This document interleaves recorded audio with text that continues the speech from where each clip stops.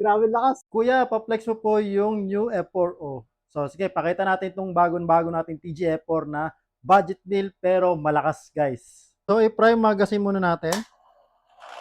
So, yon, umakit na yung bala. Meron siyang blowback. Naman yung full auto. Ito naman yung tama niya sa karton. Grabe lakas. Full auto.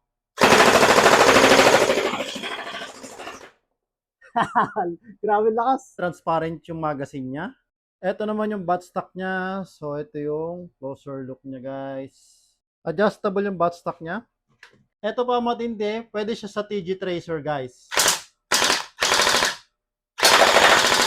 So, balik kinilig talaga ako dito sa unit itong TG F4 kasi ang mura lang niya pero yung power niya napakalakas. Kasing lakas na ng mga high-end like Bohan M4 or MK8.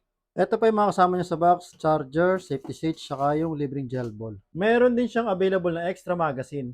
Ito lang paano siya orderin. Punta ko sa TikTok ko, click itong basket logo. Click nyo itong high-end bubble toys. Click add to cart. TGNC QB F4 Sand. Andyan din yung block natin. Then click nyo itong link na to para sa TG Tracer. Tsaka yung extra magazine. Ito yung TG Tracer. Ito yung extra magazine. Hard gel natin.